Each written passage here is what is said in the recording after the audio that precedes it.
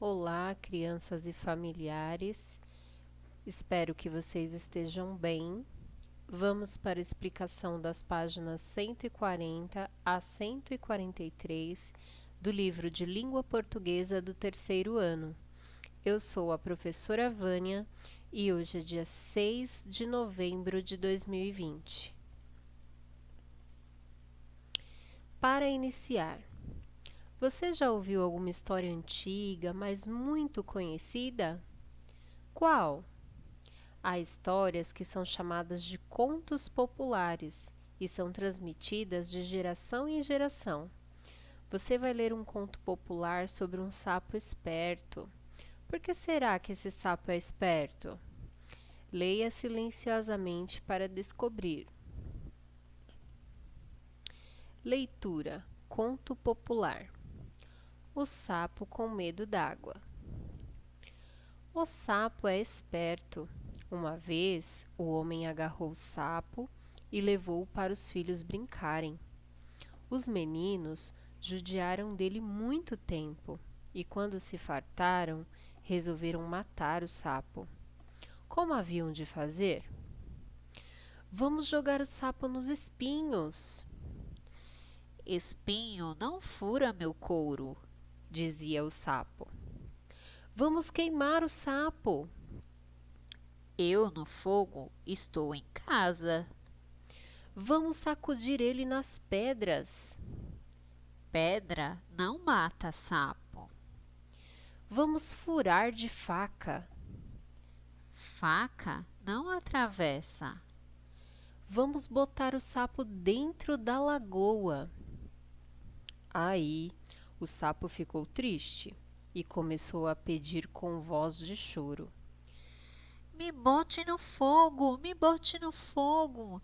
Na água eu afogo, na água eu afogo. Vamos para a lagoa, gritaram os meninos. Foram, pegaram o sapo por uma perna e tibum, rebolaram lá no meio. O sapo mergulhou, veio em cima d'água, gritando satisfeito. Eu sou bicho d'água, eu sou bicho d'água. Por isso, quando vemos alguém recusar o que mais gosta, dizemos: é o sapo com medo d'água.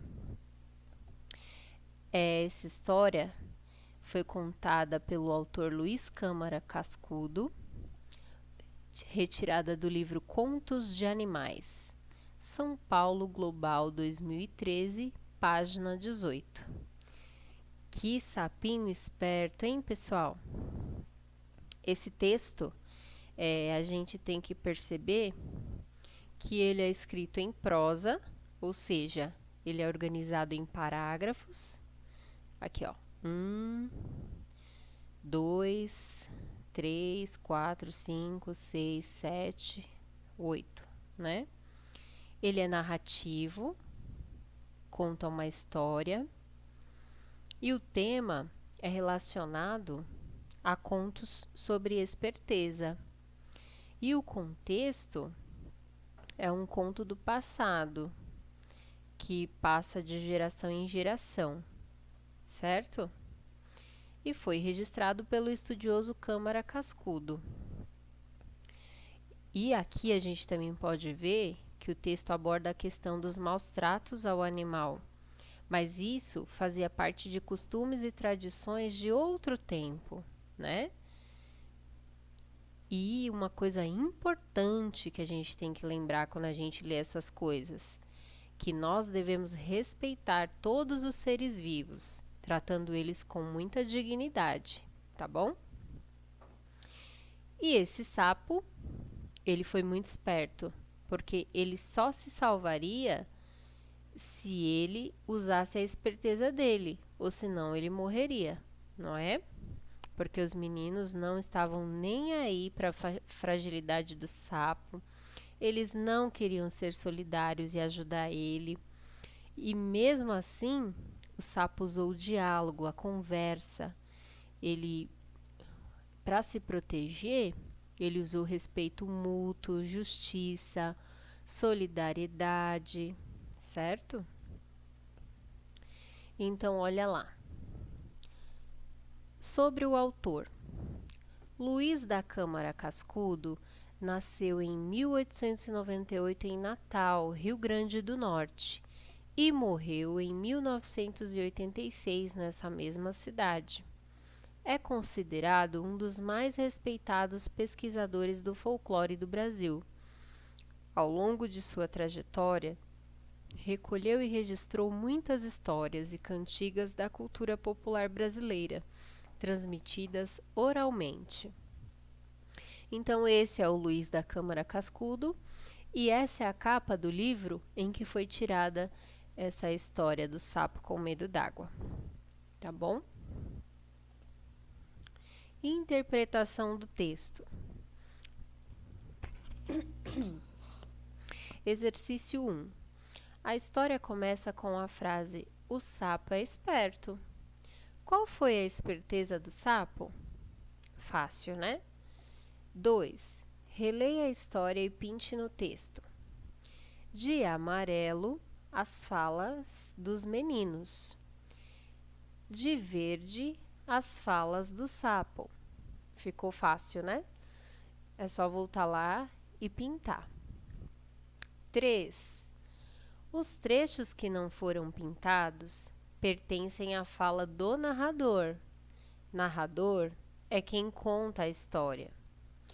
Pinte os quadrinhos das frases abaixo que pertencem ao narrador. Então, vocês vão ler... Desculpa. Vocês vão ler aqui todas as frases e só vão pintar os quadrinhos que dizem respeito à fala do narrador, tá bom? Exercício 4. Quem são os personagens desta história? É só voltar lá que vocês vão ver, né? Próximo. Exercício 5. Releia o primeiro parágrafo. Nele, uma expressão indica que a história aconteceu em um tempo que não pode ser determinado. Escreva. Você vai escrever aqui. Tá bem fácil, porque a Provânia está explicando o que é tempo que não pode ser determinado, né?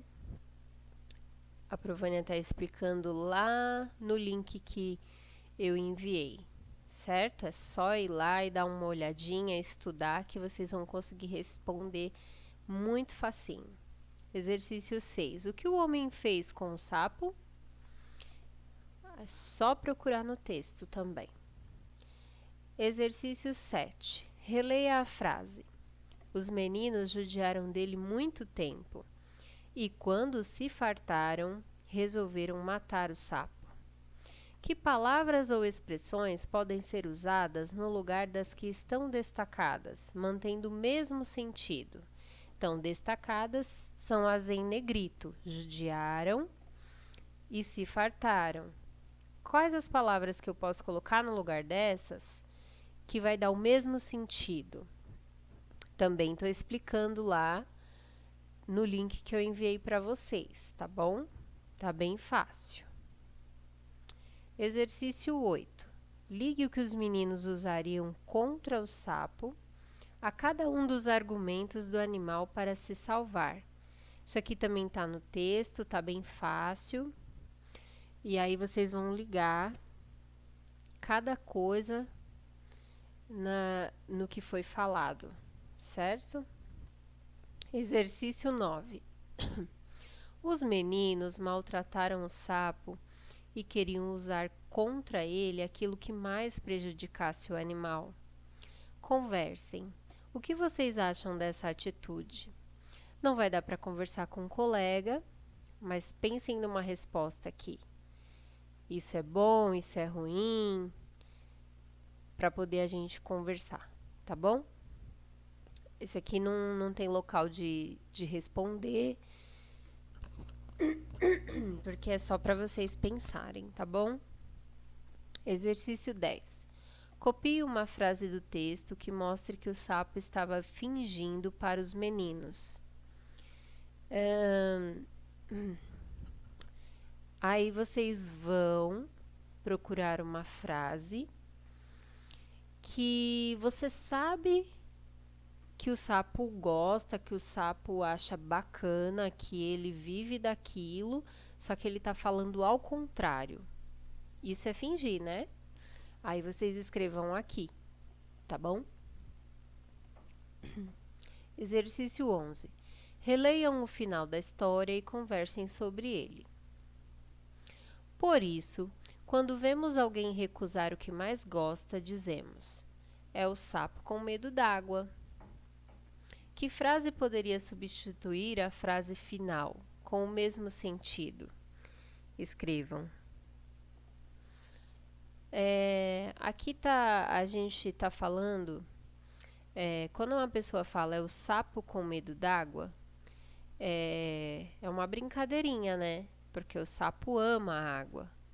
Então, na realidade, tá querendo, tá fingindo, né? Tá querendo dizer ao contrário, na verdade. Tá querendo dizer que gosta muito, porque o sapo gosta muito de água, certo? Aí vocês vão pensar em alguma frase que possa substituir essa daqui, tá bom? Mas que tenha o mesmo sentido. Exercício 12. Esse conto popular traz palavras e expressões que revelam marcas da língua falada, isto é, linguagem do dia a dia, mais informal.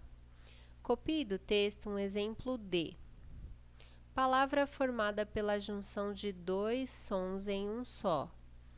É quando a gente junta as palavras e acaba tirando alguma letra. E aí a gente fala ela mais rapidinha. Tá bem fácil, tá bom? Letra B. Palavra que imita um som. Onomatopeias. É igual quando eu quero pedir para alguém fazer silêncio e eu faço assim. Shhh, certo? Então, vocês vão procurar no texto qual é a palavra que imita um som. Tem uma lá, tá bom? Letra C. Repetição. Você vai copiar aqui embaixo uma frase em que repete a mesma coisa 2 ou 3 vezes. Tá bem fácil, não tá? Então, vamos lá para a próxima. Tecendo saberes. Outros sapos. Você já sabe que o sapo do conto não tem medo de água. Quer conhecer mais sobre sapos? Leia as informações. Depois, converse com os colegas sobre elas. Existem cerca de 4.800 espécies de sapos. Os sapos comem muitos insetos de várias espécies, como moscas, adultas e larvas, baratas, pernilongos, formigas, pulgões, besouros, lagartas e vagalumes. Além de insetos, comem outros animais invertebrados, como aranhas, lesmas e minhocas. Assim, eles controlam a população de insetos e de outros invertebrados que causam grandes prejuízos para a agricultura e transmitem doenças. Esse aqui é o sapo cururu. Existem vários outros tipos de sapo. Essa matéria está disponível nesse site e ela foi acessada em 30 de outubro de 2017. Eu deixei lá no link que eu coloquei para vocês uma pesquisa para a gente se aprofundar mais, para saber sobre os sapos e a importância que eles têm na natureza, no meio ambiente, tá bom? Espero que vocês realizem ela e todas essas outras atividades para a gente corrigir na segunda-feira, tá bom? Eu desejo para vocês um ótimo final de semana, que vocês fiquem bem e até a correção.